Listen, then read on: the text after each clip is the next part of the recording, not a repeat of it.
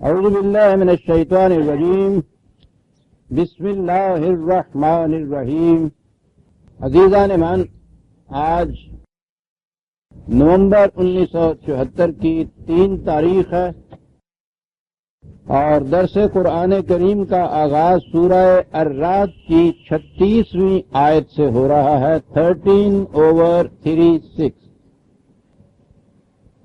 سابقہ اتوار چونکہ کنونشن کی وجہ سے درس میں ناغہ ہوا تھا، اس لیے تجدید یادداشت کے لیے عرض کر دوں کہ سابقہ آیات میں کہا یہ جا رہا تھا کہ جو پیغام خداوندی ان لوگوں کے سامنے پیش کیا جاتا ہے، ان مخالفین کے پاس اس کے رد کرنے کے لیے کوئی دلیل اور برہان تو ہوتی نہیں، اس لیے یہ اوچھے حربوں پر اتر آتے ہیں۔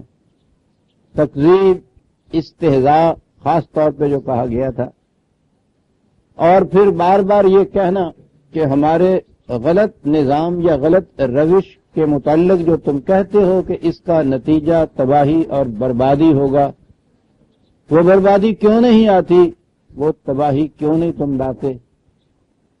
اس کے جواب میں کہا گیا تھا کہ میں تو ایک پیغامبر ہوں، تمہیں تمہاری تباہی کے عواقب، تمہارے اعمال کے عواقب کی سے آگاہ کرتا ہوں قبل از وقت، کہ تم اس روش کو چھوڑ دو ورنہ تباہ ہو جاؤ گے۔ تمہارا جی آئے اس بات کو مانو، نہ جی کرے چھوڑ دو، نتیجہ تمہارے سامنے آئے گا۔ وہ اس پیغام کی مخالفت کرتے تھے۔ اب اگلی آیت میں یہ کہا گیا ہے کہ والذین آتیناہم الکتاب یفرحون بما انزل الیک۔ آپ کو یاد ہوگا کہ سورہ یونس میں 10/56 حوالہ لکھ لیجئے، اس میں یہ کہا گیا تھا کہ خدا کی طرف سے یہ رحمت، شفاء لما فی الصدور، دنیا بھر کی نعمتوں سے زیادہ قیمتی متاع، یہ خدا کی کتاب، یہ جو نازل کی گئی ہے، فَلْيَفْرَحُوا بِهِ، تمہیں چاہیے کہ اس پر جشن مسرت مناؤ۔ تو آپ کو یاد ہوگا میں نے کہا تھا کہ جسے ہم عید الفطر کہتے ہیں، یہ در حقیقت قرآن کریم کے نزول کا جشن مسرت ہے، جس کا حکم خود خدا نے دیا ہے۔ یہ ایک ہی تہوار ہے جس کے منانے کا خود خدا نے حکم دیا ہے کہ تمہیں چاہیے کہ اس قسم کی بابرکت کتاب ملنے پر جشن مسرت مناؤ۔ اور یہاں کہا کہ والذین آتیناہم الکتاب یفرحون بما انزل الیک، یہ لوگ کہ جنہیں ہم نے کتاب دی ہے، یہ کتاب جن کی طرف نازل کی ہے، وہ اس پر جشن مسرت مناتے ہیں، اس سے بہت خوش ہوتے ہیں کہ خدا کی طرف سے یہ کتاب ہمیں آئی۔ یہاں آتیناہم الکتاب ہے، عام طور پہ ہمارے ہاں اہل کتاب ان لوگوں کو کہا جاتا ہے کہ جو رسول اللہ صلی اللہ علیہ وسلم کی بعثت سے پہلے مختلف انبیاء کرام کی طرف اپنی نسبت کرتے تھے، اور ان انبیاء کو ان کے وقت میں جو کتاب ملی تھی اسے اپنی کتاب کہتے تھے، انہیں اہل کتاب کہا جاتا ہے۔ لیکن یہ نہیں ہے کہ یہ مسلمان مومن امت محمدیہ صلی اللہ علیہ وسلم کے افراد، انہیں بھی تو کتاب دی گئی تھی، تو قرآن کریم میں انہیں بھی اہل کتاب کہا گیا ہے، وہ جنہیں کتاب دی گئی، جن کی طرف کتاب نازل کی گئی، جنہیں کتاب کا وارث بنایا گیا۔ تو یہاں جو کہا ہے نا کہ والذین آتیناہم الکتاب یفرحون بما انزل الیک، تو یہاں یہی مراد ہیں جماعت مومنین کے جنہیں یہ کتاب دی گئی، وہ اس پر بہت خوش ہوتے ہیں، جشن مناتے ہیں۔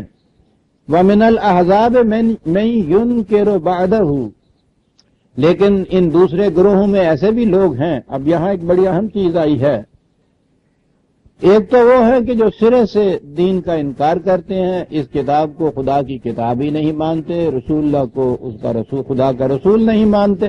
یہاں کہا ہے کہ يُنْكِرُ بَعْدَهُ، اس کتاب کے بعض حصے ایسے ہیں، بعض باتیں ایسی ہیں جن سے وہ انکار کرتے ہیں، جنہیں پسند نہیں کرتے، بعض حصوں سے۔ یہی چیز ہے جو سورہ بقرہ میں کہی گئی تھی، حوالہ لکھ لیجئے 2/85، وہ وہاں یہودیوں کے متعلق خاص طور پہ کہی گئی تھی کہ افا تؤمنون ببعض الکتاب وتکفرون ببعض، کیا ان کی روش یہ ہے کہ یہ کتاب کے بعض حصے پر ایمان لاتے ہیں اور بعض باتوں سے انکار کر دیتے ہیں؟ اور اس کے بعد وہاں کہا گیا تھا کہ جو ایسی روش اختیار کرے گا اس کا نتیجہ اس کے سوا کچھ نہیں ہوگا کہ اسے خزی فی الحیات دنیا، اس دنیاوی زندگی میں بھی ذلت و رسوائی ان کے حصے میں آئے گی، اور پھر آخرت کا عذاب تو اس سے بھی زیادہ شدید ہوگا۔ یہ بڑی اہم چیز ہے جو کہی جا رہی ہے، حالانکہ جیسا میں نے اس زمانے میں کہا تھا اس آیت کی تفصیل بیان کرتے ہوئے کہ عام طور پہ کہا جاتا ہے کہ صاحب ٹھیک ہے، جن نے جو کہ کوئی ہے گا اتنا ہی کر لے، یعنی جتنا اس میں سے کوئی کر سکتا ہے اس کو مان لے، باقی کو چھوڑ دے، یہ تو سوال ہی نہیں ہے۔ کوئی نسخہ بھی ہو کسی طبیب کا، وہ پورے کے پورے اجزاء اسی نسبت اور توازن سے، اسی طریق سے استعمال کیا جائے گا تو اس کا فائدہ ہوگا۔ اگر اس میں سے بعض اجزاء آپ نے خود منتخب کر لیے اور دوسرے اجزاء کو چھوڑ دیا تو یہی نہیں کہ وہ تمہیں فائدہ نہیں کرے گا، وہ ہو سکتا ہے کہ سخت نقصان کرے۔ یہ نسخہ لکھنے والے جب ایک چیز کو لکھتے ہیں کہ اس کا اثر بڑا شدید ہوگا تو اس کے ساتھ اس کی اینٹی ڈوٹ اسی نسخے کے اندر شامل کر دیتے ہیں کہ اس قسم کے اثرات کا مداوع یوں ہو سکے گا، تو اس سے بیلنس پیدا ہو جاتا ہے، توازن پیدا ہو جاتا ہے ان اجزاء کے اثرات کے اندر، اور یہ ہے جو اپنا فائدہ کرتے ہیں۔ لیکن اگر صورت یہ پیدا کر دی جائے کہ اس میں سے جو ہمیں اچھا نظر آئے، اپنے لیے مرغوب ہو، مفید مطلب ہو، اسے تو اختیار کر لیا، اور جو اپنے مفاد کے خلاف جاتا ہے اسے چھوڑ دیا، یہ روش جو ہے یہ تباہی کی روش ہوتی ہے۔ یہ نہیں ہوتا کہ آپ نے اگر 51% اس میں سے احکام مان لیے تو آپ نے کہا کہ صاحب ٹھیک ہے وہ پاس مارکس تو مجھے مل جائیں گے، 49 میں نے چھوڑ دیا تو کیا ہوا۔ اعمال کی شکل اور ہے کہ اس میں آپ کی کمی رہتی ہے، لیکن ایک کتاب کی صداقتوں سے اس طرح سے انکار اور ایمان لے آنا، اس کو مختلف حصوں میں تقسیم کر دینا کہ یہ حصہ جو ہے یہ تو ٹھیک ہے ہمارے لیے، اور یہ جو حصہ ہے یہ ہمارے خلاف جاتا ہے، اس لیے اس سے یہ انکار کر دیا جائے، یہ بڑی تباہ کن روش ہے۔ اب آگے دیکھیے اس روش کو کیا کہا گیا۔ قل انما امرت ان اعبد اللہ ولا اشرک بہ، ان سے کہہ دو کہ تم جو جی چاہے روش اختیار کرو، مجھے تو یہ کہا گیا ہے کہ میں خدا کی معصومیت اختیار کروں تو بالکلیہ اختیار کروں۔ فادخلوا فی السلم کافۃ، اس میں آنا ہے اس نظام کے اندر تو پورے کا پورا آنا پڑے گا آپ کو۔ یہ نہیں ہوگا کہ جن حصوں سے آپ کا کچھ فائدہ نظر آتا ہو آپ کو ان حصوں کو اختیار کر لیے، جن سے کچھ نقصان ہوتا ہے انہیں تم چھوڑ دو۔ عبودیت خداوندی بالکلیہ اختیار کی جائے گی۔ ولا اشرک بہ، یہ جو ہے نا کہ بعض حصوں سے انکار، قرآن نے اسے شرک قرار دیا ہے۔ اب آپ دیکھتے ہیں شرک کے معنی کیا ہو گئے۔ یہاں شرک صرف بت پرستی نہیں ہے جیسا میں بار بار کہا کرتا ہوں، یہ شرک ہے کہ قرآن ہی کے بعض حصے ان کو تو اختیار کیا جائے، یا محکومیت اور معبودیت خداوندی اختیار کیے جائے اس کے اندر، اور دوسرے حصے جو ہیں اس میں اپنے فیصلے، دوسرے انسانوں کے فیصلے، کوئی اور فیصلے، خدا کے علاوہ اور لوگوں کے فیصلے، اس میں اگر یہ شامل کر دیا جائے، اسے شرک کہا ہے قرآن نے۔ میں نے پھر کہا دوں کہ کفر تو یہ ہے نا کہ بالکلیہ آپ اسے مسترد کر دیں کہ میں اسے خدا کی طرف سے مانتا ہی نہیں۔ اسلام یہ ہے کہ بالکلیہ تسلیم کر لیا جائے کہ اس کا ایک ایک لفظ خدا کی طرف سے ہے، میرا ایمان ہے اس کے اوپر، میں اس کی صداقتوں کا قائل ہوں۔ شرک یہ ہے کہ اس کے بعض حصوں کے متعلق تو یہ کہا جائے کہ میں انہیں تسلیم کرتا ہوں، اور دوسرے حصوں کے متعلق یہ کہا جائے کہ نہیں یہ چیز جو ہے یہ قابل تسلیم نہیں ہے۔ اب اس بات میں کھلے بندوں تو یہ کہنا بڑا دشوار ہے، یعنی جو مسلمان کہلاتے ہیں ان کے لیے تو بڑا دشوار تھا۔ ایسی ایسی گریز کی راہیں تلاش کی ہمارے ہاں کہ عملاً اس کے معنی یہ ہو گئے بعض حصے کے انکار اور بعض حصے کا کو تسلیم کرنا کا اس کا اقرار. پہلا غلط عقیدہ جو اس باب میں ہمارے ہاں رائج کیا گیا وہ ناسخ اور منسوخ کا عقیدہ تھا. قرآن کریم کے سینکڑوں احکام انہوں نے کہہ دیا کہ صاحب یہ منسوخ ہو چکے ہوئے ہیں. قرآن میں کہیں یہ بات نہیں تھی. قرآن میں کہیں یہ نہیں کہا گیا کہ ہمارا یہ حکم منسوخ ہے فلاں حکم سے. اس کا تو ایک ایک لفظ قیامت تک کے لیے پہاڑ کی طرح اٹل ہے. لیکن یہ عقیدہ آپ کے ہاں آ گیا. میں کہتا ہوں کہ اس عقیدے میں جن احکام کے متعلق کہا گیا کہ وہ منسوخ ہو چکے ہیں، درا حال ہے کہ خدا نے کہیں یہ نہیں کہا کہ یہ منسوخ ہو چکے ہیں. یہ ان حصوں سے انکار نہیں تو اور کیا ہے. اب زندگی کے وہ احوال و قوائف جن سے متعلق وہ حصے تھے ان کے متعلق آپ کہیں اور سے لیں گے نا احکام. جب بھی اور جگہ سے احکام لیں گے تو وہ احکام خداوندی کے ساتھ اور احکام کو شریک کرنا نہیں تو اور کیا ہے. شرک یہ نہیں ہے تو اور کیا ہوتا ہے. یہ تو بعض حصوں سے انکار تھا. یہ عقیدہ کہ قرآن اور مثلہ ماہو، اس کے ساتھ اس کی مثل اس جیسا اور حصہ، وہی کو دو حصے کر دیے صاحب. ایک تو یہ وہی مکتوب جو ہے قرآن کے اندر آ گیا، ایک وہی غیر مکتوب روایات کے اندر آ گیا. اب پھر ان روایات کے متعلق یہ عقیدہ کہ اگر ان دونوں میں کہیں ٹکراؤ پیدا ہو جائے تو قرآن کا حکم جو ہے اس کو منسوخ سمجھا جائے گا اور اس حکم پر عمل کیا جائے گا. یہ کیا ہے؟ آگے بڑھے تو ہمارے یہاں فقہ آ گئی صاحب. فقہا کے فیصلے انہوں نے قرآن کی جگہ لے لی. یہ عقیدہ ان کے ہاں آ گیا کہ اگر کوئی قرآن کی آیت یا حدیث ہمارے کسی فقیہ کے فیصلے کے خلاف جائے تو پہلے تو کوشش کرنی چاہیے کہ وہ آیت اس کی تعویل ایسی کی جائے کہ وہ اس فقہ کے مطابق ہو جائے، اور اگر ایسا نہ ہو تو عمل اس فقہ کے فیصلے کے اوپر ہوگا، قرآن کے اوپر عمل نہیں ہوگا. کہ کیا بنا دیا ان لوگوں نے اس قرآن کو، اور اس کا نتیجہ ظاہر ہے آپ کے سامنے ہے. فَمَا جَزَاءُ مَن يَفْعَلُ ذَلِكَ مِنكُمْ إِلَّا خِزْيٌ فِي الْحَيَاةِ الدُّنْيَا. قرآن نے کہا تھا نا کہ جو قوم ایسا کرے گی اس کا نتیجہ پہلا تو یہ ہوگا کہ اس دنیا کی زندگی میں ذلت نصیب ہوگی اس قوم کو، رسوائی نصیب ہوگی اس قوم کو. اور آگے بڑھتے چلے جائیے. یہ روش ہے مسلمان کی. مملکت اسلامی بھی ہے، اس کا مذہب بھی اسلام قرار دے دیا، یہ بھی رکھ دیا اس کے اندر کہ ہمارے جتنے بھی معاملات حکومت ہوں گے قرآن کی حدود کے اندر رہتے ہوئے ہوں گے، اور اس کے بعد جمہوری نظام بھی قائم کر لیا سر. اکثریت جو فیصلہ کرے گی وہ فیصلہ قابل عمل ہوگا. یہ شرک نہیں ہے تو اور کیا ہے؟ جب فیصلہ یہ ہے کہ ہمارے تمام معاملات خدا کے احکام کے تابع رہیں گے، ان حدود کے اندر رہیں گے، اس کے مطابق رہیں گے، پھر یہ چیز کہ جو فیصلہ اکثریت کرے گی وہ فیصلہ قانون بنے گا. یہ دو خدا نہیں ہے تو اور کون سی چیز ہے؟ یا سراپا نالا بن جا یا نوا پیدا نہ کر.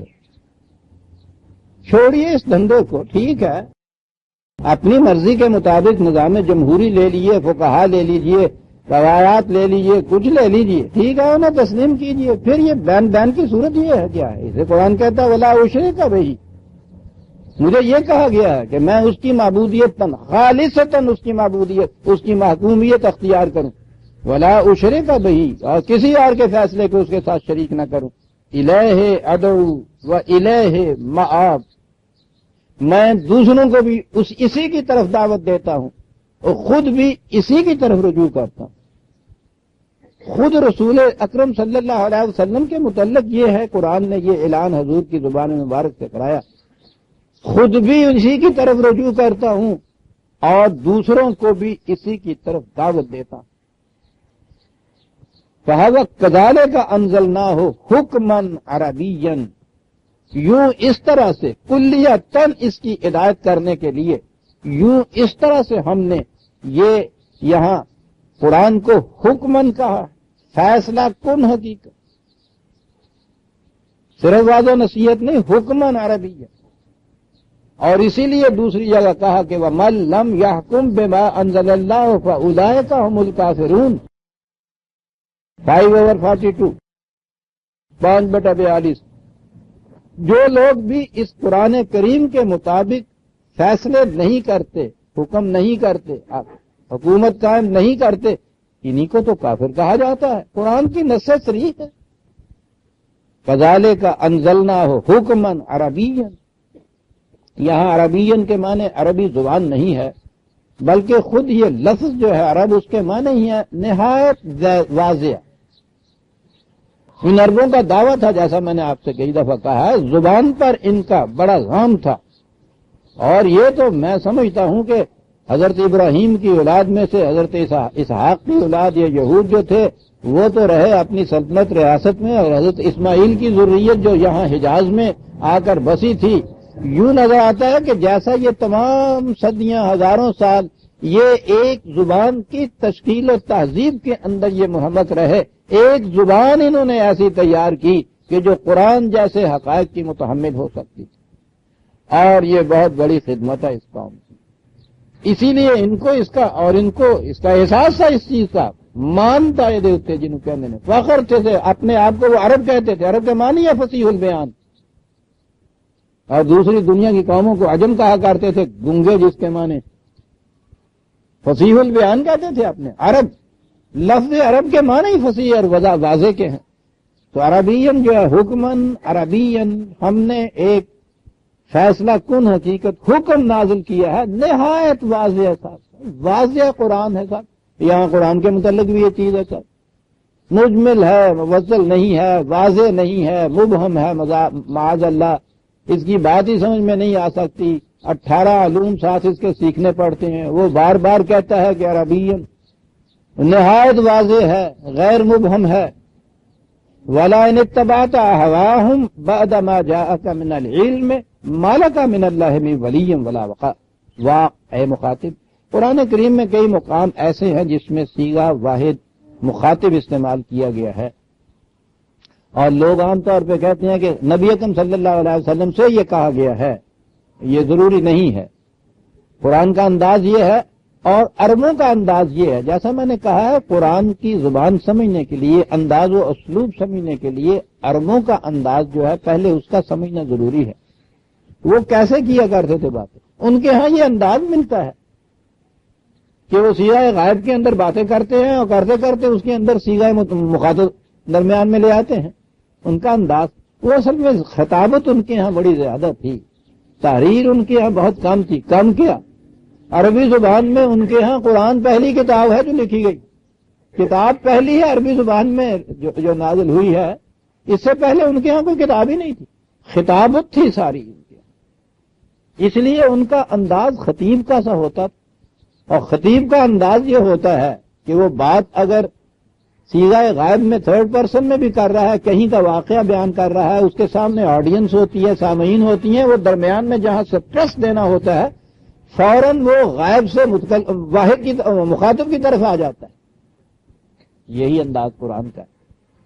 تو یہ ضروری نہیں کہ جہاں اس نے صیغہ مخاطب کا، واحد مخاطب کا تو کہہ کے کہا ہے، ہر مقام پہ اس سے مخاطب رسول اللہ ہی نہیں ہے، بلکہ یہ مخاطب، اے سننے والے تم یاد رکھو کہ اگر اس کے بعد تم نے لوگوں کی خواہشات کا اتباع کیا، ان کی مرضی کے مطابق تم چلنے لگ گئے، تو پھر دو لفظوں میں ہے عزیزان من، ما لک من اللہ من ولی ولا واق۔ تو یاد رکھیے قانون خداوندی کے انکار اور انحراف سے جو تباہی آئے گی اس سے تمہیں کوئی بچا نہیں سکتا، نہ تو کوئی تمہارا ایسا سرپرست والی وارث جسے کہتے ہیں وہ ہوگا، اور نہ ہی تمہیں کوئی بچانے والا ہوگا۔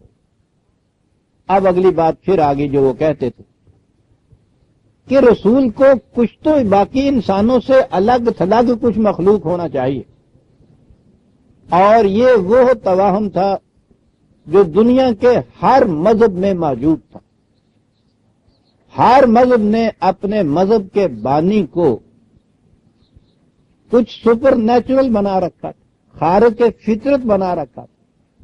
انسانی ذہن کے ذوق توہم پرستی کی تسکین ہی نہیں ہوتی جب تک یہ ان لوگوں کو فوق الفطرت قرار نہ دے دے۔ یہودی سامنے تھے، قرآن بتا رہا ہے کہ عزیر کو ابن اللہ بنا لیا۔ انہوں نے اپنے پیغمبر یسوع کے متعلق کہا آسمان پہ بیٹھے۔ عیسائی موجود تھے، انہوں نے حضرت مسیح کے متعلق علیہ السلام کہہ دیا کہ یہ خدا کا بیٹا ابن اللہ کہہ دیا کہ وہ زندہ آسمان پہ موجود ہیں۔ ہندوؤں کے تو پوچھو ہی نہیں، ان کے یہاں کے تو ان کا پتہ نہیں ہمیں ابتدا میں ان کے بانی مذہب کے کون تھے، لیکن جو بھی ہیں انہیں آپ دیکھیے گا کہ انہوں نے کس قسم کی توہم پرستیوں کا مرکب اور پیکر ان کو بنا دیا ہوا ہے۔ ایران کے مجوسیوں کے ہاں میترا جو ہے اس کی پیدائش بھی حضرت مسیح جیسی بن باپ کی ہے اور وہ بھی زندہ آسمان پہ اٹھا کے رکھے ہوئے ہیں۔ دنیا کے ہر مذہب نے یہ کیا اور قرآن آیا ہے مذہب کی سٹیج پہ سے بول رہا ہے، ان تمام توہم پرستیوں کا انکار کر رہا ہے اور کہہ رہا ہے کہ وَلَقَدْ أَرْسَلْنَا رُسُلًا مِّن قَبْلِكَ وَجَعَلْنَا لَهُمْ أَزْوَاجًا وَذُرِّيَّةً۔ تم سے پہلے بھی رسول آئے، تو کوئی نیا رسول نہیں۔ جتنے بھی رسول آئے بیوی بچوں والے تھے، رہتے سہتے تھے۔ وہ تو یہ بھی اعتراض کرتے تھے مخالفین کے یہ رسول دیکھیے بازاروں میں چاہتا پھرتا، خرید و فروخت کرتا پھرتا، یعنی یہ بھی قابل اعتراض تھی بات ان کے نزدیک۔ لوگوں کے ذہنوں میں یہ جو چیز ہے، یہ تو خیر رسول ہونا ہے، بانی مذہب ہونا ہے، مذہبیت جس میں آ جائے اسے بھی باقیوں سے کچھ الگ رہنا چاہیے۔ بات تو کچھ یوں ہی شخصی سی ہے لیکن ہے یہاں بڑی وہ ٹکتی ہوئی سی۔ میں عرض کر دوں، سیکریٹریٹ میں دفتر میں ملازم ہوتا تھا، لباس میرا عام طور پہ یہی ہوتا، یہی کرتا پاجامہ۔ اس زمانے میں کپڑا سستا تھا، پاجامے کی جگہ شلوار ہوتی تھی سر، اور ہمیشہ یہی میں نے انداز رکھا۔ باہر بھی جاتا تھا، گرمی کا زمانہ ہوتا تھا تو کرتا ہوتا تھا، اس کے ساتھ شلوار ہو جاتی تھی، یہ اچکن اور یہ کچھ یہ چیزیں میں نے کبھی انتظام اس کا نہیں رکھا، چلتا پھرتا رہتا۔ میرا پہلا مضمون شائع ہوا معارف میں مولانا ابوالکلام آزاد کی تفسیر کے خلاف جو میں نے تنقید کی تھی، اس نے خاصی دھوم مچا دی اور وہاں سے بعض حلقوں میں یہ چیز پیدا ہوئی کہ یہ شخص بھی بڑا مذہب پرست ہے، یا ان کے الفاظ میں۔ تو میں چاندنی چوک میں مال روڈ پہ یہ انارکلی سمجھ لیجیے، اس میں جا رہا تھا، ہے میرے برادر بزرگ شیخ صاحب ساتھ میرے، وہ ساتھ ہوا کرتے تھے۔ میں جا رہا تھا تو یہ جامعہ ملیہ میں ایک پروفیسر مرحوم خواجہ عبدالحی، وہ وہاں دینیات کے پروفیسر تھے، وہ آئے اور مجھے ملے، السلام علیکم لی، ان سے بہت پرانے تعلقات تھے، مجھے ایک طرف لے گئے، کہنے لگے کہ دیکھیے چودھری صاحب، ابھی چودھری صاحب ہی تھا میں وہاں، یہ چودھری صاحب اب آپ اس انداز میں باہر نہ آیا کریں۔ خواجہ صاحب کیا ہوا اب مجھے، اور کیا انداز ہے جس قابل اعتراض ہے؟ کہنے لگے یہ صرف یہ کرتا پاجامہ یا قمیض جو ہے اب کیا کیا کروں؟ کہنے لگے اب آپ اچکن پہن کے بٹن بند کر کے اور اس طرح سے۔ میں نے کہا جی اب کیا ہوا؟ کہنے لگے کہ وہ اب آپ کا تعارف ان حلقوں کے اندر دیکھیے نا، اب مذہب کی روح سے تعارف ہونے لگ گیا۔ اچھا، میں نے کہا اب اس کے ساتھ یہ چیز بھی ہوگی تو کہیے سر پہ ایک پگڑ بھی ہونا چاہیے، پھر اس کے بعد ہاتھ میں تسبیح بھی ہونی چاہیے۔ کہنے لگے نہیں آپ تو یوں ہی لے لیتے ہیں، کم از کم یہ جو ہے نا، یعنی بقول ان کے شرافت یا مذہب کے تقدس کی نشانی یہ ضرور ہونی چاہیے ساتھ۔ میں یہ عرض کر رہا ہوں کہ ذہنوں کے اندر ابھی تک یہ چیز ہے کہ مذہب کا نام لینے والا جو ہے اس کی ایک روش خاص ہونی چاہیے، لباس، وضع، قطع، تراش، خراش، انداز گفتگو وغیرہ، یہ سارا باقیوں سے الگ، اور مذہب کا جو بانی ہونا چاہیے اس کو تو فوق البشر ہونا چاہیے صاحب۔ یہ کہ اس کے بیوی بچے ہیں وہ بازار، قرآن میں یہ لکھا ہے نا کہ اعتراض کرتے ہیں کہ صاحب یہ رسول دیکھیے بازاروں میں چلتا پھرتا ہے، کھاتا پیتا ہے، بیوی بچے ہیں جو ہے، انہیں رسول اس قسم کا ذہن میں تھا۔ کیا چیز ہے قرآن کی عزیزان مان؟ سارے مذاہب عالم میں جو چیز مشترک چلی آتی تھی اور قابل فخر تھی کہ مذہب کے بانی کو فوق البشر ہونا چاہیے، بار بار اس کی تردید کرتا چلا جاتا ہے قرآن۔ عجیب چیز ہے۔ اور کہا کہ یہ ان کی توہم کی تراشیدہ تصویر ہے جو اپنے نبیوں کی اور رسولوں کی انہوں نے بنا رکھی ہے۔ ارسلنا رسلا من قبل کا، تو اس سے پہلے بھی جو رسول ہم نے بھیجے تھے وہ تو انسان ہی ہوا کرتے تھے، بیوی بچے بھی ان کے ہوا کرتے تھے۔ باقی رہا یہ بار بار ان کا کہنا کہ وہ تباہی لائیے، محسوس طور پر وہ نشانیاں دکھائیے، معجزے دکھائیے۔ وَمَا كَانَ لِرَسُولٍ أَن يَأْتِيَ بِآيَةٍ إِلَّا بِإِذْنِ اللَّهِ۔ لیجئے پہلے تو یہی چیز ہوئی جو بیوی بچوں والا ہوتا ہے، عام انسان ہوتا ہے، کوئی خارق عادت فوق البشر کوئی چیز اس میں ہوتی نہیں ہے۔ اب یہ جو ان کے تقاضے ہیں کہ ہمارے مطالبے کے مطابق وہ جو تباہی کہتا ہے لا کے کیوں نہیں دکھاتا؟ کہا کہ یہ بھی اس کے بس کی بات نہیں، آپ نے یہ اس کے اختیار کی بات نہیں کہ جب کیا یوں کیا اور اس نے معجزہ دکھا دیا۔ یہ جو تم تباہی کہتے ہو، جسے کہتے ہو، اس کی صداقت کی نشانی ہو سکتی ہے، کیونکہ یہ دعویٰ کر رہا ہے کہ تمہارا غلط نظام تباہی کے نتائج لائے گا، تو کہتے تھے چلیے یہی صحیح، اسی کو ہم اس کی صداقت کی نشانی مان لیں گے۔ کہا یہ چیز بھی اس کے اختیار کی بات نہیں ہے، یہ بھی خدا کے قانون کے مطابق ہوگا۔ صاحب ہوتا کیوں نہیں ہے؟ دیکھیے دو لفظ ہیں عزیزان مان، وہ چیز جو میں بار بار دہرائے چلا آ رہا ہوں کہ عمل اور اس کے نتیجے کے اظہار میں محسوس طور پر نتیجے کے سامنے آنے کے درمیان ایک مہلت کا وقفہ ہوتا، بیج بونے میں اور پھل آنے میں، فصل پکنے میں ایک مہلت کا وقفہ ہوتا ہے، اور خدا نے اس مہلت کے وقفے کو اپنی خاص رحمت قرار دیا ہے کہ اس دوران میں ہی یہ لوگ ممکن ہے اپنی غلط روش سے باز آ جائیں تو تباہی سے بچ جائیں۔ یہ راست و رحمت ہے خدا کی، یہ جو درمیان میں مہلت کا وقفہ رکھا ہوا ہے۔ اگر انفیکشن کے پہلے حملے سے ہی انسان کی موت ہی واقع ہو جائے تو کوئی انسان باقی نہ بچے۔ تو قرآن نے یہ کہا، یہ میرے الفاظ نہیں ہیں، کہ اگر ہم لغزش کے فوری بعد کسی کو سر کے بالوں سے پکڑ کے جھنجھوڑ کے ختم کر دیا کریں تو اس پرائے ارض پہ کوئی بھی باقی نہ رہے گا۔ مہلت کا وقفہ بڑی رحمت ہے خدا کی اس میں۔ اب یہ مہلت کا وقفہ ہی ہے جو ان کو اعتراضات پہ مائل کر رہا تھا، آتی کیوں نہیں ہے تباہی، لاتا کیوں نہیں ہے تو؟ وہ کہا کہ یہ خدا کے قانون کے مطابق ہوتا ہے۔ الفاظ ہے وَلِكُلِّ أَجَلٍ کتاب، ہر میعاد کے لیے ایک قانون مقرر، اور اس کتاب و قانون کا توڑنا اس رسول کے بس کی بات بھی نہیں ہے۔ یہ ہے خدا۔ ضمناً یہ ہمارے ہاں یہ عجیب قسم کے یہ دو مدعیان نبوت پیدا ہوئے۔ ایک ایران میں باپ پہلا تھا اور اس نے پھر کہا میں تو دروازہ ہوں آنے والے کے لیے، بہاءاللہ وہاں پھر جس نے دعویٰ کیا، یہاں یہ مرزا غلام احمد تھا، دونوں ہی انپڑھ اور جاہل۔ باپ تو ایسا جاہل تھا، قرآن کریم ناظرہ قرآن جو تھا یہ بھی صحیح نہیں پڑھ سکتا تھا، وہ اعراب کی غلطیاں کیا کرتا تھا، زیر زبر پیش کی غلطیاں۔ تو اس سے پوچھا گیا کہ یہ تم اس کو کس طرح پڑھتے ہو، زیر زبر پیش بھی کی پابندی نہیں کرتے؟ تو اس نے کہا تھا کہ آج تک قرآن پابند چلا آ رہا تھا زیر زبروں پیشوں کا، اور میں نے آ کے اس بیچارے کو رہا کیا ہے اس سے۔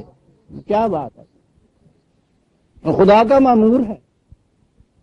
یہ آگے جو ہے بہاءاللہ انہوں نے یہ کہا، ان کا یہ عقیدہ ہے کہ یہ قرآن جو ہے ایک مدت کے لیے تھا اور وہ مدت ختم ہو گئی، خود ان کی ہی وہ تشبیہ کے مطابق کہ یہ تو جنتری ہوتی ہے 31 دسمبر تک رہتی ہے، 1 جنوری کے بعد جنتری اسی طرح سے چھپی چھپائی ہوئی ہوتی ہے، لیکن آپ جانتے ہیں اس کے بعد ایک نئی جنتری کی ضرورت پڑتی ہے۔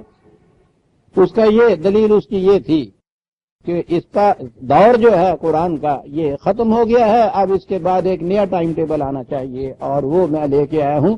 اور دلیل میں نے کہا اندازہ لگائیے، دلیل تھی لکل اجل کتاب، ترجمہ یہ تھا ہر کتاب کے لیے ایک میعاد ہے، لکل کتاب اجل نہیں، یعنی وہ یوں ہونی چاہیے کنسٹرکشن کہ ہر کتاب کی ایک اجل ہوتی ہے، ایک میعاد ہوتی ہے۔ اگر یہ ہوتا تو وہ کہتا کہ قرآن نے یہ کہا، یہاں ہے لکل اجل کتاب، اور وہ یوں پیش کرتے تھے کسی آیت۔ ہر کتاب کے لیے نہیں کہا کہ ایک اجل ہوتی ہے، کہا ہے ہر میعاد کے لیے ایک قانون ہوتا ہے، وَلِكُلِّ أَجَلٍ کتاب۔ اور آگے اس کے بعد وہ آیت عزیزان من 1400 سال پہلے کی کتاب، اور آج کے دور میں آ کے سائنٹیفک ریسرچ کی انتہا اس کے اوپر ہوئی ہے۔ لِكُلِّ أَجَلٍ کتاب، ہر میعاد کے لیے ایک قانون ہے، اور اس کے بعد کہا یَمْحُ اللَّهُ مَا یَشَاءُ وَیُثْبِتُ، خدا کا قانون محو و ثبات کار فرما ہے یہاں. ما یشاء کا میں ابھی ترجمہ یہ کروں گا. وہ اپنے قانون کے مطابق یہاں مٹ جاتی ہیں مٹنے والی چیزیں، ثابت رہ جاتی ہیں ثابت رہنے والی چیزیں. یہ چیز یہاں کائنات کے اندر کسی کی سمجھ میں نہیں آ سکتی تھی 1400 سال پیشتر عزیزان ایمان. یہ تصور ہی نہیں تھا. یہ جو آپ کے ہاں اب قانون ارتقاء، اس دور میں آ کے جو قانون ارتقاء ایوولوشن کی تھیری سامنے آئی، اس تھیری کے اندر یہ چیز انہوں نے سائنٹیفکلی ثابت کی ہے کہ یہاں کشمکش حیات کا سلسلہ جاری ہے. تصادم ہوتا ہے تخریبی قوتوں کا تعمیری قوتوں کے ساتھ. تعمیری قوتوں میں اگر صلاحیت ہے زندہ رہنے کی، باقی رہنے کی، وہ باقی رہتی ہیں اور ایک قدم آگے بڑھ جاتی ہیں ارتقاء میں. اگر ان میں یہ صلاحیت نہیں ہوتی تو وہ ایکسٹنکٹ ہو جاتی ہیں، مٹ جاتی ہیں، ختم ہو جاتی ہیں. چنانچہ انہوں نے اپنی ریسرچ سے زندگی کے اولی نمود سے لے کے آج تک جتنی ریسرچ بھی ان سے ہو سکی ہے، ڈارون نے اس کی ابتدا کی تھی. انہوں نے بتایا ہے کہ فلاں فلاں دور میں اس قسم کی سپیشیز یا انواع تھی موجود، لیکن ان میں آگے بڑھنے کی، زندہ رہنے کی صلاحیت وہ اپنے اندر سے ختم کر چکی. اس لیے تخریبی قوتوں نے ان کو مٹا دیا، اور جن میں یہ صلاحیت تھی وہ ثابت رہیں، اسٹیبلش رہیں، آگے بڑھی. چنانچہ آج اس ریسرچ کی بنیاد ہے قانون محو و ثبات. پھر انہوں نے اس کے لیے سائنٹیفکلی بتایا کہ ثبات کن کے لیے ہے، محو کون سی چیزیں ہوتی ہیں. میں ابھی عرض کروں گا ما یشاء کو. یمحو اللہ ما یشاء و یثبت. ایک میعاد مقرر ہے ہر پروسیس کے لیے. اس کے بعد خدا کا قانون محو و ثبات کار فرما ہوتا ہے. جس میں باقی رہنے کی صلاحیت نہیں ہوتی وہ یہ صلاحیت کھو دیتی ہے، وہ مٹ جاتی ہے. جس میں یہ صلاحیت ہوتی ہے وہ باقی رہتی ہے، آگے بڑھتی ہے. 1400 سال پہلے عظیم اطلاع. یہاں ہے ما یشاء. بس ہوا ترجمہ ہمارے ہاں. جسے چاہتا ہے مٹا دیتا ہے، جسے چاہتا ہے باقی رکھتا ہے. لو جی، یعنی سارا جو کچھ وہ چلا آ رہا تھا قانون مکافات عمل کا، وہ ساری تفصیل ساری آگے ترجمے کے ایک لفظ نے غارت کر دی. وہ کہتا چلا آ رہا ہے کہ تمہاری غلط روش کا نتیجہ یہ ہوگا کہ مٹ جاؤ گے. یہاں خدا کا ایک قانون کار فرما ہے، باقی وہ رہتا ہے جس میں باقی رہنے کی صلاحیت ہوتی ہے. جس میں یہ صلاحیت نہیں رہتی وہ مٹ جاتا ہے. ایک وقت ہوتا ہے، ایک میعاد ہوتی ہے، اس کے بعد یہ نتیجہ ہوتا ہے. لیکن یہ نتیجہ ہوتا ہے اس چیز کا کہ صلاحیت کس میں باقی ہے زندہ رہنے کی، اور کون ہے جو یہ صلاحیت کھو بیٹھا ہے، وہ مٹ جائے گا. یہ سارا ذکر ہو رہا ہے. اور اگر ترجمہ یہ ہو گیا کہ اللہ جسے چاہتا ہے مٹا دیتا ہے، جسے چاہتا ہے باقی رکھتا ہے، تو وہ یہ کہیں گے کہ صاحب پھر ہمارا اس میں کیا قصور. اگر وہ ہمیں مٹا ہی دینا چاہتا ہے تو پھر ٹھیک ہے، قادر مطلق ہے، وہ مٹا دے گا. ہم لاکھ کچھ کوشش کر لیں، کیا اس کو چیلنج کریں؟ وہ مٹانے پہ تلا ہوا ہے، ہم کہیں نہیں صاحب ہم تو ثابت بن کے رہیں گے یہاں سواری میں. اور اگر وہ چاہتا ہے ہمیں ثابت رکھنا، جنہوں اللہ رکھے انہوں کون مارے. سیدھی سی بات ہے سر. ایک لفظ کیوں یہ سارے اشکال پیدا ہوتے ہیں؟ وہی جو قرآن نے کہا تھا کہ تصریف آیات سے سمجھیے قرآن کو. الفاظ یہی ہیں عزیزان من. دیکھیے چمک کے یہ اصول قرآن کا آ جاتا ہے کہ اس کے سمجھنے کا طریقہ کیا ہے. پھر سن لیجئے. مجھے افسوس یہ ہے کہ میرے بار بار کہنے کے باوجود آپ احباب میں مجھے آپ ذرا میری تلخ نوائی معاف رکھیے. قرآن کے چھوٹے چھوٹے نسخے بھی اگر آپ کے سامنے ہوں، ان کو سامنے رکھیں تو آپ کو سمجھ میں آ کرے کہ میں کیا کہتا ہوں، قرآن کیا کہتا ہے. الفاظ کو سامنے رکھ کے سمجھنے سے آپ دیکھیں گے کہاں بات چلی جاتی. برسا برس ہو گئے آپ حضرات کو درس میں شرکت کرتے ہوئے، قرآن کا نسخہ سامنے نہیں آپ رکھتے، تو محض آپ ذہنی لذت لیتے ہیں اس چیز کی کہ کچھ اچھی سی تقریر کر دیتا ہے یہ شخص. یہ اگر الفاظ سامنے آپ کے ہوں تو آپ دیکھیں گے ذہن میں چپک جاتی ہے یہ چیز. یمحو اللہ ما یشاء و یثبت. چلیے 42/24 42/24 سنی الفاظ. یمحو اللہ ما یشاء و یثبت. ما یشاء ترجمہ جسے چاہتا ہے، میں نے کہا ہے کہ ترجمہ یہ غلط ہوتا ہے، اس کا قانون مشیت ایک مقرر ہے، اس کے مطابق یہ ہوتا ہے۔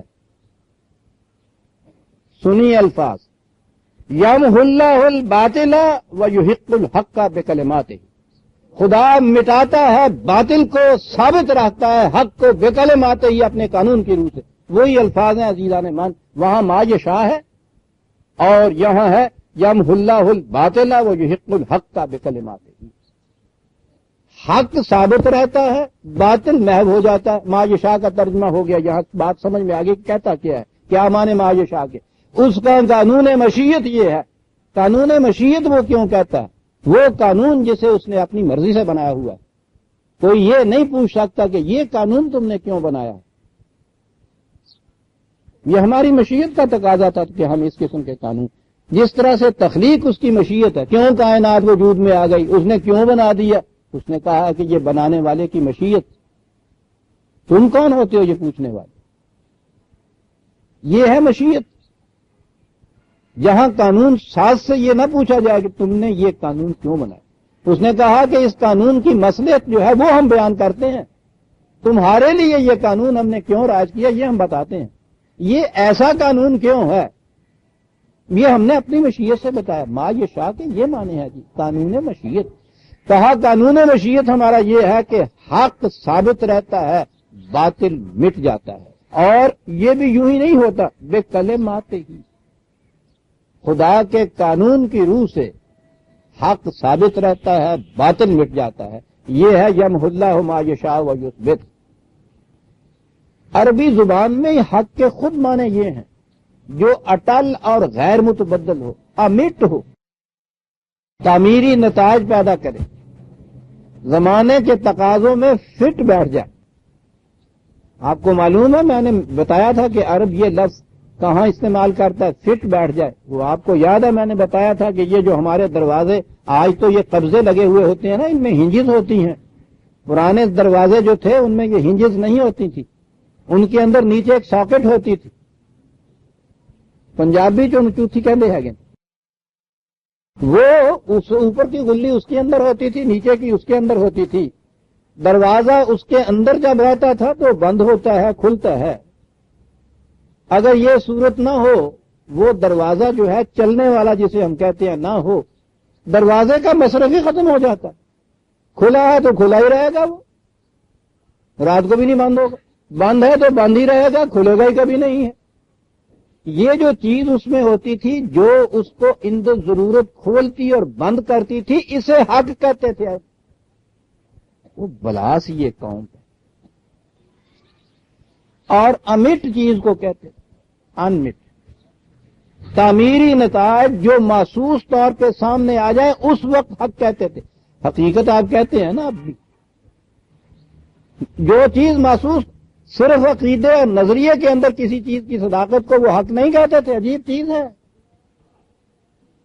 قانون یہ ہے، یہ قرآن نے بتایا، یمحو اللہ الباطل ویحق الحق بکلماتہ، جو انسانی تقاضوں، ضروریات کے تقاضوں کے متعلق کھلتا بند ہوتا نہیں، حق نہیں، جو تعمیری نتائج پیدا نہیں کرتا وہ حق نہیں۔ حق جو ہے وہ ثابت رہتا ہے، باطل مٹ جاتا ہے۔ کہا یہ قانون ہے، بھئی یہ قانون جو ہے کہاں ہے؟ یہ قانون ہمارے سامنے قانون کے نتائج آتے ہیں۔ قانون ایک ہوتا ہے، آج بھی ایک اصطلاح ہے، اسٹیچوٹری بک اسے کہتے ہیں، مملکت میں، حکومت میں وہ وہاں اسٹیچیوٹ کہتے ہیں۔ مثلا یہ آپ کا آئین بنا ہے، آپ کے ہاں کانسٹیٹیوشن بنا ہے، لاز بنتی ہیں، وہ حکومت کے ہاں محفوظ کتاب کے اندر ان کو درج کیا جاتا ہے۔ اگر کہیں ادھر ادھر قانون میں چھپنے کی، طباعت کی غلطی بھی ہو جائے تو اسے کنسلٹ کرتے ہیں کہ اس کتاب کے اندر کیا ہے، اسٹیچیوٹ بک ہی نام اس کا ہوتا ہے، وہ جہاں قانون کی اصل محفوظ ہوتی ہے۔ یہ اصطلاح قرآن کی ہے، وَعِندَهُ أُمُّ الْكِتَابِ، قوانین کی اصل جو ہے وہ اس کے پاس۔ قوانین کس شکل میں یہاں کار فرما ہوتے ہیں یہ تو تم دیکھ سکتے، قانون کی اصل جو ہے وہ اس کے پاس ہے۔ اور قانون ہمارا یہ ہے کہ وہ حق ثابت رہتا ہے، باطل مٹ جاتا ہے۔ کہا یہ ہے ہمارا قانون۔ اور آگے ایک بات آتی ہے صاحب وہ جسے بار بار کہا کرتا ہوں، آ گئی وہ آیت عجیب چیز، کہا یہ شور مچاتے ہیں کہ جلدی تو کیوں نہیں تباہی لے آتا، تاکہ ہم دیکھ لیں اس چیز کو، تمہاری صداقت پہ قائل ہو جائے۔ میں نے جو اپنے خیال کے مطابق کہا کہ یہ آرزو نبی اکرم صلی اللہ علیہ وسلم کے قلب مطہر میں بھی بیدار ہوئی ہوگی، بڑی معصوم و مقدس آرزو ہے۔ 23 سال کی زندگی عزیزان مان ہوئی ہے، سرتا پا مشقتوں کی، مصیبتوں کی، صعوبات کی، تصادمات کی، ٹکراؤ کی زندگی، ایسی چیزیں جس کے متعلق قرآن نے خود کہا ہے کہ وہ جس نے تیری کمر توڑ رکھی، وَوَضَعْنَا عَنْكَ وِزْرَكَ الَّذِي أَنقَضَ ظَهْرَكَ، تو ذمہ داریوں کا احساس۔ ذہن میں یہ بات آتی ہوگی کہ صاحب میری زندگی اسی طرح گزر جائے گی یا اللہ میں اپنی آنکھوں سے بھی کچھ دیکھ پاؤں گا کہ جو کچھ میں یہ کر رہا ہوں، جو میں نے بیج بوئے ہیں، جو فصل بوئی ہے، اتنی رکھوالی کی ہے، کیا اس کا پھل میں اپنی آنکھوں سے بھی دیکھ سکوں گا؟ میں کئی دفعہ یہ کہا کرتا ہوں، ایسی معقول بھی کہیے، معصوم بھی کہیے، مقدس بھی کہیے، حسین بھی کہیے، آرزو جو ہے، اور حق ہے اس آرزو کا بیدار ہونا، کوئی تھوڑا عرصہ نہیں ہوتا صاحب، ساری عمر اس کے اندر گزر گئی، اتنی سی چیز دل میں بیدار ہوئی کہ یا اللہ میں اپنی آنکھوں سے بھی دیکھ پاؤں گا یا میری زندگی اسی طرح سے گزر جائے گی۔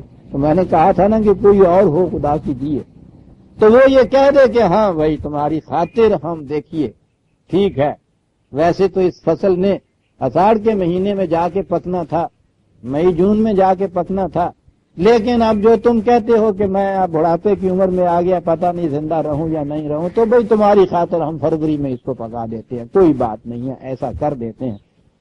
یہ تو جذبات کی بات ہو گئی، متاثر ہو گئے اس چیز کو۔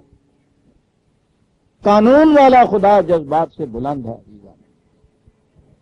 اور خدا ہونا جچتا ہی اسے ہے کہ قادر مطلق ایک طرف تو وہ ہو، لیکن جو خود قانون مقرر کر دیا ہے اس پہ اس شدت سے کار بند ہو کہ دنیا کے بلند ترین انسان، یقیناً خدا کے نزدیک بھی بلند ترین انسان، اور میں یہ عرض کر دوں کہ میں نے یہ کیوں کہا ہے خدا کے نزدیک بھی انسان بہرحال تمام کائنات میں اشرف، نہ صحیح میں عرض کر دوں کہ یہ جو ہم کہتے ہیں نا اشرف المخلوقات انسان کو، یہ غلط ہے۔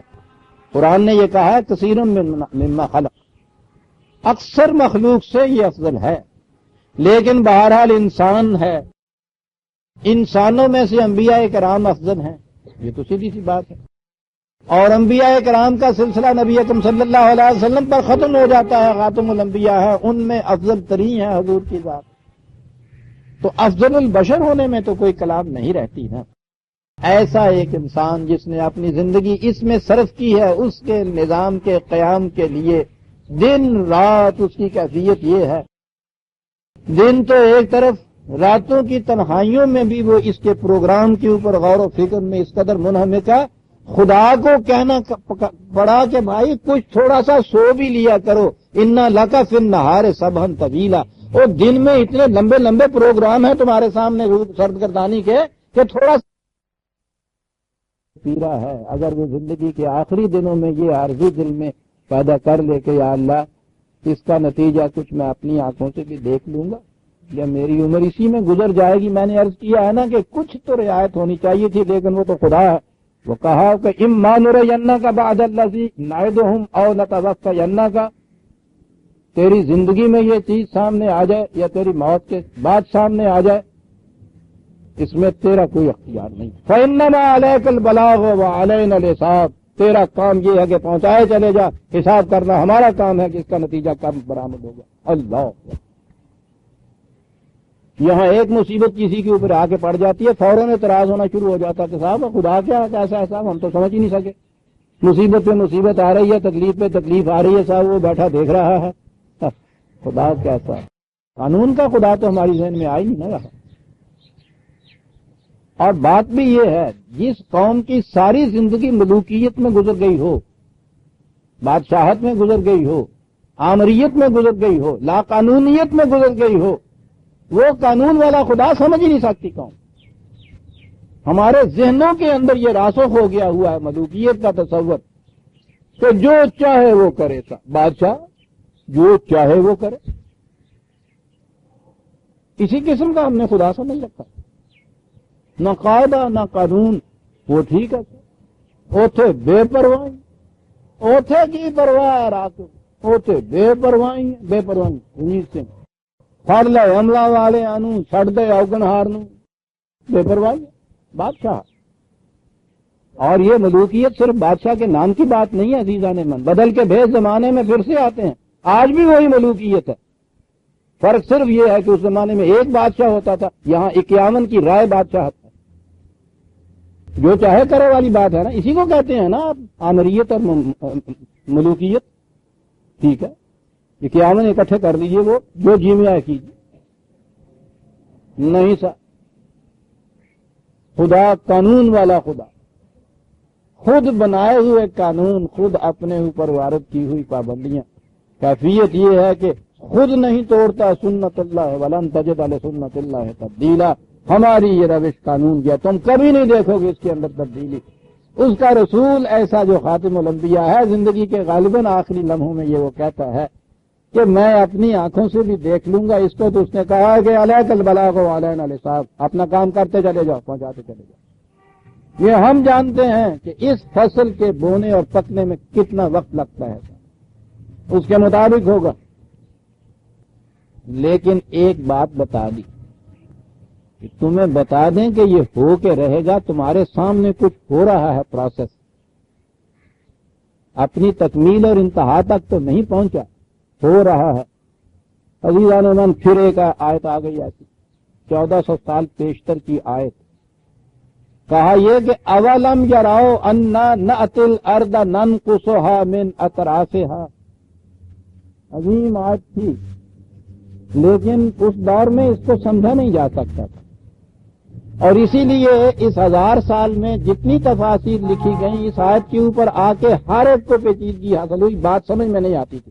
ترجمہ یہ ہے کہ کیا تم نہیں دیکھتے, کیا یہ لوگ نہیں دیکھتے کہ ہم ترجمہ عام جو کیا جاتا ہے, ہم زمین کو اس کے کناروں سے گھٹاتے چلے جاتے ہیں. اب بات یہ ہوئی کہ زمین کو اس کے کناروں سے یعنی کیسے گھٹاتے چلے جاتے ہیں. تو جب اصل و بنیاد ذہن میں نہ آئے, کیوں نہ بینند حقیقت رہے افسانہ زنند. حقیقت سامنے نہ ہو تو پھر افسانے آتے ہیں. یہ جو بات تھی کہ زمین کو اس کے کناروں سے گھٹاتے چلے جاتے ہیں, یہ تو ایک حقیقت نہیں تھی. اب بیچارے افسانہ ترازیوں پہ ہی اتر آئے تھے, یہی کچھ کر سکتے تھے. اور میں نے کہا ہے نا اور کہا کرتا ہوں, کچھ ان کا یہ نقص نہیں ہے جس پہ ہم گرفت کریں. کچھ ہماری کاریگری نہیں ہے کہ ہم یہاں آج دور میں کچھ اور سمجھ سکیں. ہم بھی اس دور میں ہوتے تو یہیں تک تھا. انسانی علم کی انتہائی اس دور میں اتنی تھی. ابھی قرآن کسی ایک دور کے اندر سمجھ میں آنے والی بات نہیں ہے. اس کی جو ہدایات ہے, رہنمائی جو ہے ہمارے لیے زندگی کے معاملات کے متعلق, وہ تو ایسی واضح ہے کہ ہر دور میں وہ سمجھ میں آتی ہے چیزیں. اس کے جو حقائق اور معارف ہیں وہ علم انسانی کی وسعت کے ساتھ ساتھ بے نقاب ہوتے چلے جائیں گے, قیامت تک بے نقاب ہوں گے. یاد رکھیے انہوں نے یہی بات سمجھی. اطرافہا, کنارے اس کے معنی سمجھے. ان کی سمجھ میں یہ بات بھی نہیں آ نہیں سکتی تھی. میں نے کہا نا میں بھی ہوتا تو نہیں آ سکتی تھی کہ زمین گول ہے, گول چیز کا کنارہ ہوتا ہی نہیں. لیکن اس زمانے میں تو یہ بھی معلوم نہیں تھا کہ زمین گول ہے. وہ نظر آتی تھی سامنے, یہ وہ چوڑی چپٹی سی ایک چیز پڑی ہوئی. یہی ذہن میں ہوگا کہ اس کا وہ کوئی کنارہ ہے, اور ہر چیز کا ایک کنارہ ہوتا ہے. یہ ذہن میں نہیں آیا کہ گول چیز کا کنارہ نہیں کوئی ہوتا. لیکن یہاں یہ چونکہ لفظ پڑے ہوئے تھے, کرتے گئے یہ ترجمہ, کرتے گئے تفسیریں اس کی صاحب, بات ہی کچھ اور. لیکن مجھے تعجب جس چیز پہ آتا ہے وہ صرف اتنا ہے کہ سائنس کے انکشافات تو نہیں تھے, عربی زبان تو ان کے پاس موجود تھی. میں جو کہتا ہوں کہ آج ہمارے ذہن میں یہ سمجھ میں یہ بات آتی ہے یہ نہیں ہے کہ سائنس کے انکشافات ایک چیز ہمارے سامنے لائے اور ہم قرآن کو اس کے مطابق منڈ رہے ہیں، اس کے اوپر چڑھا رہے ہیں کہ اس کے مطابق ہو جائے. یہ تو بہت بڑا شرک اور کفر ہے ایسا کرنا. وہ الفاظ ایسے ہیں قرآن کے، ان کے اندر وہ چیز پوشیدہ ہوتی ہے. اطراف کے معنی عربی زبان کے اندر کنارے ہی نہیں ہیں، طرف جسے کہتے. اطراف کے معنی بڑے بڑے لوگ، سردار، صاحب ملکیت، ان کو وہ اطراف کہتے. دیکھیے کتنی بڑی چیز قرآن کہہ گیا.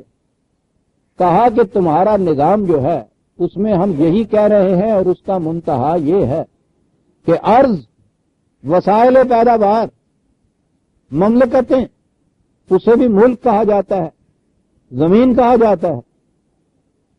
کہا کہ ابھی سے تم دیکھ نہیں رہے کہ یہ پروسیس ہمارا شروع ہو گیا ہے کہ کس طرح سے ہم ارضی وسائل کو ان بڑے بڑے سرداروں کے ہاتھوں سے کم کیے چلے جا رہے ہیں اور ان کی ریاستوں کی وسعتیں سمٹتی اور سکڑتی چلی جا رہی ہے. دیکھتے نہیں ہو؟ اللہ اکبر، اللہ اکبر. 1400 سال پیش اور نظر آ گیا کہ یہ پروسیس حضور کی زندگی میں شروع ہو گیا تھا. حضور نے یہ جو آرزو کی کہ میں دیکھ بھی لوں گا اپنی آنکھوں سے، کہا کہ تو پروسیس شروع ہو چکا ہے. نن کسوہا ہے اس کے اندر. ابھی دیکھتے نہیں ہو کس طرح سے ہم کم کرتے چلے جا رہے ہیں. وسائل پیداوار بھی اس کے اندر آئے گی. اور یہ تو ہمیں معلوم ہے، احادیث بھی بتاتی ہیں، تاریخ بھی بتاتی ہے اب اس کے بعد تو، کہ یہ جو سلسلہ جاگیرداری کا تھا یہ تو نبی اکرم صلی اللہ علیہ وسلم کے زمانے میں ہی مٹ گیا تھا. یہ مختلف ریاستیں جتنی تھیں جن کو قرآن نے دوسری جگہ نجوم کہہ کر پکارا ہے، وہ بھی سجدہ ریز ہو گئی تھیں. یہ عرب کے اندر یہ عرب اور اس کے علاقے جو ملک تھے، یہ شام اور عراق اور یہ مصر اور یہ، ان میں چھوٹی چھوٹی سینکڑوں تعداد میں ریاستیں تھیں ان کی. یہ ریاستیں یہ جو تھی خود ان کی مسلمانوں کی فتوحات یا ان کے اثرات کا پھیلنا، اس سے یہ ریاستیں کچھ تو ختم ہی ہو گئی تھی، کچھ بے حد سمٹ گئی تھی. اور وسائل پیداوار تو سمٹ کے بہت محدود رہ گئے تھے. کہا تم یہ کہتے ہو کہ میں اپنی زندگی میں اسے دیکھ لوں گا یا نہیں دیکھ لوں گا، یہ تو خاطر جمع رکھو جسے کہتے ہیں. مطمئن رہو، اپنا کام کرتے چلے جاؤ. ہم جانتے ہیں حساب کے مطابق ختم کب جا کے ہونا ہے یہ ہم جانتے ہیں، لیکن تم دیکھ نہیں رہے. یہ لوگ دیکھ نہیں رہے ہیں کہ کس طرح سے تمہارے دعوی اپنے ثمرات، اپنے پھل لا رہے ہیں کہ یہ ارضی پیداوار، خود ریاستوں کی حدود جو ان کی ہے، کس طرح سے ہم ان سرداروں کے ہاتھوں سے ان کو کم کرتے چلے جا رہے ہیں.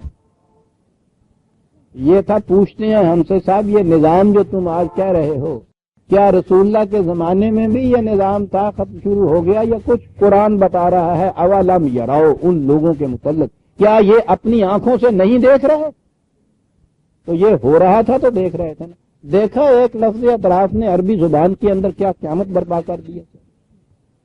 اس زبان کے اندر یہ اطراف الارض وہ بولتے تھے ان سرداروں کو، اور کس طرح وہ ان معنی پہ پہنچتے تھے کہ جس کی ذات پہ جا کے اس چیز کی حد ختم ہو جائے. یوں ہے کہ سردار کے معنی میں سردار پہ جا کے، حاکم کے اوپر جا کے بات ختم ہوتی ہے نا. پھر اطراف الارض ان کو بولتے. مجھے تعجب جس بات اس چیز کا آتا ہے وہ یہ ہے کہ یہ لوگ جو تھے عربی زبان میں تو بہرحال ہم سے بھی بہت آگے تھے یہ جاننے والے، تو یہ کیوں نہ آیا؟ بس اس کی وجہ صرف وہی روایت پرست. طبری نے اپنی تفسیر میں لکھ دیا اطراف کے معنی کنارے، اب اس سے اور یہ کہہ دیا کہ یہ حضور نے فرمایا ہے، اب کس کی ضرورت ہے اس سے ادھر ادھر ہوگا. عربی زبان میں یہ معنی رکھے ہیں، لکھے ہیں، موجود ہیں. وہ یہی ہمارے مفسر اور یہ ہمارے محدث اور یہ جو ان معنوں کو دینے والے تھے، ان کی عربی زبان میں جو اور کتابیں ادب وغیرہ کی ہیں ان میں یہ معنی دیتے ہیں وہ ان الفاظ کے. قرآن پہ جب آتے ہیں تو وہی ہوتے ہیں جو طبری دے گیا. وہاں اطراف کے معنی اس نے کنارے دیے، اب کنارے کر رہے ہیں. بات بنتی نہیں ہے. سارا کچھ لکھنے کے بعد واللہ عالم بالصواب، تو اللہ جانتا ہے صاحب. تو قرآن جو کہہ رہا ہے حکمن عربی، لسان عربی میں ہم نے نازل کیا، دیکھا اس کے معنی کیا تھا؟ تو بابا عربی زبان کو کنسلٹ کیا کرو. اور پھر اس کے ساتھ یہ کہ تصریف آیات کیا تھا۔ جب قرآن نے کہا کہ یہ منتہا اس کا یہ ہوگا اس عرض کا کہ سواء للسائلین ہوگی، یہ ضرورت مندوں کی ضرورت پوری کرنے کے لیے اس کے وسائل جو جتنے جی پیداوار اس کی ہے، اس کا مصرف یہ ہوگا آخر میں آ کے کس کی ملکیت کے اندر یہ نہیں رہے گی، اور اس کا پروسیس جو ہے طریق ہے، کہا یہ دیکھتے نہیں ہیں اپنی آنکھوں سے کس طرح سے یہ شروع ہو چکا ہوا، سمٹ رہے ہیں، سکڑ رہے ہیں مقبوضات، خواہ وہ وسائل پیداوار کی شکل میں ہو یا ریاست اور مملکت کی شکل میں ہو، سمٹ رہی ہیں، سکڑ رہی ہیں۔ قرآن کی روح سے تو منتہا یہ ہے وَالْأَمْرُ يَوْمَئِذٍ لِلَّهِ، یہ تمام جتنی ملکیتیں ذاتی ہیں یہ سب ختم ہو کے خدا کے نظام کی تحویل میں یہ سب چیز آ جائے گی، نہ مملکت کی شکل باقی رہے گی نہ جاگیرداری کی شکل باقی رہے گی۔ عزیزان کہا یہ تو دیکھ رہے ہیں ایسا ہو، واللہ یحکم لا معقب لحکمہ، یہ خدا کا فیصلہ ہے، یہ یوں ہی کسی عدالت معتاد کا فیصلہ نہیں ہے کہ اس کے بعد جا کے اپیل کی تم نے اور حکم کو بدلوا لیا، یہ اس کا فیصلہ ہے کہ جس کے فیصلے کی کہیں اپیل نہیں ہو سکتی، کوئی اس کو بدلنے والا نہیں۔ عجیب فیصلہ، جس کا آغاز جس کی ابتدا وہیں سے ہو گئی، ننقصها من اطرافها، اس کی انتہا یہاں جا کے ہوگی کہ نظام سرمایہ داری کا ایک حبہ نہیں باقی رہے گا، ملکیت ارض کا ایک چپا کسی کے پاس نہیں رہے گا۔ ہمارا یہ آخری فیصلہ ہے، ابتدا نہیں دیکھتے ابھی سے ہو گئی۔ وَهُوَ السَّرِيعُ الْحِسَابُ، بڑی جلدی یوں حساب کرتے چلے جاتے ہیں، ساتھ کے ساتھ حساب کرتے چلے جاتے ہیں۔ واہ واہ، باقی رہا یہ ان کے مخالفین کی یہ صورت جو کچھ ہے، وَقَدْ مَكَرَ الَّذِينَ مِنْ قَبْلِهِمْ، اس کو ناکام کرنے کے لیے اس سے پیشتر بھی لوگوں نے بڑی بڑی تدبیریں کی کہ یہ نہ ہونے پائے۔ یہ ہے ساری کشمکش عزیزان من، جسے کہا ہے قرآن نے حق اور باطل کی کشمکش، جسے کہا ہے اس میں کہ یمحو اللہ ما یشاء ویثبت، کسے وہ محو کرے گا، اس باطل کے نظام کو محو کرے گا جس میں انسانوں کی حکومت انسانوں کے اوپر، انسانوں کا رزق انسانوں کے ہاتھوں میں، کہا یہ باطل ہے مٹ کے رہے گا، ہمارا قانون ہے یہ، اور واللہ یحکم لا معقب لحکمہ، ہمارا فیصلہ ہے جس کے خلاف کہیں اپیل نہیں ہو سکتی، ہو کر رہے گا۔ باقی رہا یہ کہ یہ اس کے خلاف اتنی تدبیریں کر رہے ہیں، سازشیں کر رہے ہیں، قد مکر الذین من قبلہم، تدبیریں کرتے ہیں، کرنے دیجیے۔ فللہ المکر جمیعا، آخری تدبیر محکم سب کی سب تدبیر جو ہے خدا کے قانون کے ماتحت واقع ہوئی ہے، اس کو شکست نہیں دے سکتے۔ یعلم ما تکسب کل نفس، اور ہم جانتے ہیں کہ کون کیا کرتا ہے۔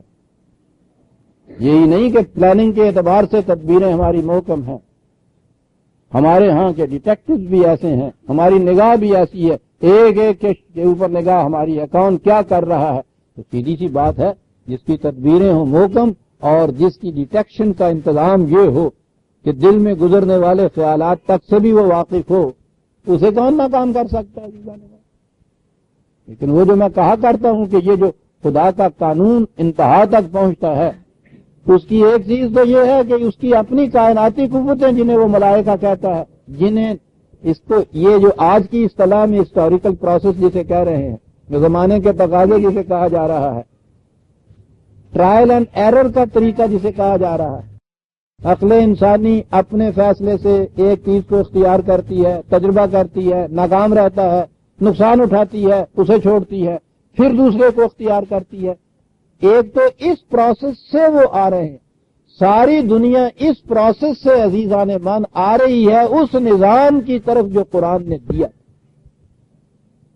میں نے اپنے کئی مضامین خطابات میں یہ بتایا کہ اس 1400 سال کے اندر عقل کے اس تجربے کے بعد ٹرائل اینڈ ایرر کا جو تجرباتی طریقہ ہے، اس کی روح سے جہاں جہاں بھی انسان غلط کو چھوڑ کے صحیح کی طرف آیا ہے، وہ صحیح وہی ہے جسے قرآن نے صحیح قرار دیا تھا۔ انسانیت کا کوئی قدم اس وقت تک ایسا نہیں کہ جو صحت کی طرف اٹھا ہو اور قرآن کے خلاف جا رہا ہو۔ تو ایک پروسیس تو یہ ہے آہستہ آہستہ، اور دوسرا یہ ہے کہ جب بھی کوئی جماعت اس حق کو لے کر اٹھتی ہے تو پھر قوت بازو اس کی ہوتی ہے جو قرآن نے کہا ہے کہ پھر ہاتھ تمہارے ہوتے ہیں، تلواریں تمہاری ہوتی ہیں، قوتیں ہماری ہوتی ہیں. پھر جدوں یہ دو رل جاندے نا آپس، پھر ان کو کوئی شکست نہیں دیتا. پھر وہ جو خدا کا ایک ایک دن 1000 سال کا تھا وہ دن 24 گھنٹے کا ہو جاتا ہے. پھر یہ حساب و شمار انسانی کیلنڈر کی روح سے ہو جاتا ہے، ورنہ خدائی کیلنڈر کی روح سے یہ ہوتا ہے 50 ہزار سال. ہمارا کیلنڈر اس لیے مختصر ہوتا ہے کہ وہ ہمیں مرنا ہے ایک دن. زندگی ایک بڑی مختصر سی ہوتی ہے، دنوں میں سالوں میں ماپی جاتی ہے، اس لیے ہمیں جلدی بھی ہوتی ہے. وہ جس نے مرنا ہی نہیں ہے نا جلدی کا دی ہے گیا 50,000 سال کی بھی ہو گیا تو آگے ہوا. مشکل یہ ہو جاتی ہے کہ معاملہ اس سے جا پڑا ہے کہ جس کے سامنے کوئی حد نہیں ہے، کوئی انتہا نہیں ہے، کوئی شمار نہیں ہے، ان کا جا پڑا ہے جن کے ہر سانس سے عمر کم ہو رہی ہے. اسی لیے رسول اللہ صلی اللہ علیہ وسلم کے دل میں بھی یہ بات پیدا ہوئی کہ عمر طبی ہے، آخر تک پہنچ رہی ہے. مولا کریم اپنی آنکھوں سے بھی کچھ دیکھ لوں، مولا کریم نے تو مرنا نہیں، وہ تو اپنے حساب پہ لگا ہوا سر. ٹھیک، ہم اپنے حساب سے کریں گے، تم کام کرتے چلے جاؤ، ہو کے رہے گا یہ جو کچھ ہم کہتے ہیں. یعلم ما تکتب وَسَيَعْلَمُ الْكُفَّارُ لِمَنْ عُقْبَى الدَّارِ. اس سے انکار کرنے والے جان لیں گے کہ انجام کار کس کے ہاتھ میں کامیابی رہتی ہے، بازی کون جیتتا ہے. یہ جان لیں گے اس چیز کو، اس کے خلاف نہیں ہو سکتا. عزیزان گرامی، کاروان انسانیت کا ہر قدم اس منزل کی طرف اٹھ رہا ہے، ہاں وہ کفر کے اس طریقے کی بنا پہ ہو، اور خواہ کبھی اگر کوئی جماعت بھی اس کو لے کے اٹھے تو جیسا محمد رسول اللہ والذین معہ کے ہاتھوں سے یہ چیز جو صدیوں سے خدا کے پیمانوں کے مطابق ہونی تھی، دنوں کے اندر یہ سارا کچھ سامنے آ گیا. پھر وہ دور نہ رہا، وہ جماعت نہ رہی، تو پھر خدا کا وہی اپنا نظام شروع ہو گیا اپنی رفتار سے. 100 ہزار سال کا ایک ایک دن. اب جو ہم کہتے ہیں یا اللہ 1000 برس ہو گیا ہے کچھ تو ہو، وہ کہنا ہے اجے تو کل سوموار سی منگل ہی چڑھے آ جائے، اس کا تو ایک ہی دن ہوتا ہے نا. ٹھیک ہے کریں گے، ہم نے ہفتہ بھر کہا تھا کم از کم 7000 سال تو ہونا چاہیے. تو ہم بڑی کالی آئی ہے تو اٹھ کر کے آپ کر دو. ہاں ہو جائے گا تمہارے حساب سے بھی، اٹھ کے آپ کر لو، سیدھی گل. 3.5 میں ہی ہوئے گا بھائی صاحب. وہ بڑا سونا رب جو ہے قرآن والا رب. ٹھیک. اور کہا اس کے باوجود وہ یقول الذین کفروا لست مرسلا. آخری آیت آ گئی سورہ رات کی عزیزان ایمان، اور میں کہا کرتا ہوں نا کہ آخری آیت میں آگے وہ نجوڑ اور تک جو ہوتا ہے وہ سارا جسے کہتے ہیں وہ آ جایا کرتا ہے اس کا قرآن کا. کہتا ہے اس ساری ڈسکشن کے بعد بھی ان کی صورت یہ ہے، کہہ رہے ہیں کہ نہیں تو خدا کا پیغامبر نہیں ہے صاحب. اب وہ جتنے پہلی وہ سارے دلائل و شواہد، وہ بینات، وہ تمام چیزیں جو تھیں وہ تو تفصیل سے بیان ہوتی چلی آ رہی تھی نا. اب آخر میں آ کے انہوں نے کہا کہ قصہ مختصر صاحب، لمبی چوڑی بحث کی گنجائش ہے نہیں، نہ ضرورت ہے، آپ بہت کچھ کہہ چکے ہیں. اس کے باوجود یہ کہتے ہیں کہ تو خدا کا پیغامبر نہیں ہے. قل، اعلان کر دو، کہہ دو ان سے، کفا باللہ شہیدا بینی و بینکم. اب تمہارے اور میرے درمیان خدا کا قانون شہادت کے لیے آ جائے گا. ایک گواہ اب آئے گا آخر میں، ایسی شہادت آ کے دے گا کہ مجال انکار نہیں تم سے ہوگی. وہ ہے جو آئے گا میرے اور تمہارے درمیان فیصلہ کن. شاہد نگران کو بھی کہتے ہیں، شاہد کو بھی کہتے ہیں. ہر چیز جو مشہود طریق پہ سامنے آ جائے نا، مرئی طریق پہ جو چیز سامنے آ جائے، پرسپچولی جو چیز سامنے آ جائے، اس کو یہ کہتے ہیں کہ یہ کانسیپچولی، تصوراتی، نظریاتی، اعتقادی ذریعے سے تو یہ کئی چلے جا رہے تھے. اب وہ بات ہے کہ تم یہ آنکھوں سے دیکھنا چاہتے ہو کہ کیسے مشہور طریقے پہ آئے گا. اس نے کہا کہ ٹھیک ہے، اب فیصلہ کن حقیقت محسوس طور پہ تمہارے اور میرے سامنے آ جائے گی. اس کے بعد یہ ہوگا. اور ایک اور ہیں جو شاہد بنتے ہیں. اللہ میرے اور تمہارے درمیان شاہد، اور بھی ہیں جو شاہد ہو جائیں گے. ومن عنده علم الکتاب، اور جو اس قرآن کا علم رکھنے والا ہے وہ بھی اس چیز کے لیے شاہد بن کے آ جائے گا. وہ کہے گا کہ میں علا وجہ البصیرت تمہیں بتاتا ہوں کہ ایسا ہو کے رہے گا. یہ علم الکتاب والے کی بھی بڑی یہ خدا کے نزدیک بڑی عظمت. یہاں صرف خدا کو ایک شہید کہا ہے پہلے، اور اس کے بعد اسے کہا ہے وَمَنْ عِنْدَهُ عِلْمُ الْكِتَابِ. تم میں سے جسے بھی اس قرآن کے حقائق کا علم ہے وہ ایک شاہد بن کے، ایک گواہ بن کے آ جائے گا تمہارے اور میرے اس مقدمے میں، اور وہ بھی آ کے یہ بتا دے گا کہ میں تمہیں بتاتا ہوں کہ یہ کس طرح سے واقعہ ہو کر رہے گا، نتائج سامنے آ کر رہیں گے جو کچھ یہ کہا جا رہا ہے. سورہ الرعد عزیزان من ختم ہو گئی، 45 اس کی آیات تھیں. اس کے بعد سورہ ابراہیم 14ویں آیت شروع ہوتی ہے. چند منٹ صرف باقی ہیں اور میں سمجھتا ہوں کہ اسے ہم آئندہ ہی لیں گے، یا جیسے آپ کہتے ہیں وہ آپ کو پتہ ہے تراویح میں رمضان شریف میں وہ جب آخری تراویح میں وہ الناس ختم کیا کرتے ہیں نا، تو الناس کے ساتھ ہی الحمدللہ رب العالمین کا وہ پھر وہ شروع کر دیا کرتے ہیں تاکہ وہ آئندہ چلنے کے لیے یہ رہے. یہ آپ نے تو دیکھا نہیں ہے، یہ جو چرخہ کاٹنے والیاں ہوتی ہے نا، وہ چرخے میں وہ کاٹی چلی جاتی ہیں، جڑی چھلی پوری ہو جاتی ہے نا سود دی ایک واری، تو اسے انہوں نے اتارنا ہوتا ہے تو وہ اتارتی ہیں. تو تھوڑا جڑا دھاگا ہوں گا نا اینا کچھ جنا انہوں اس تکلے دے اتنے آ کر کے پھر لپیٹ دینی ہے نے.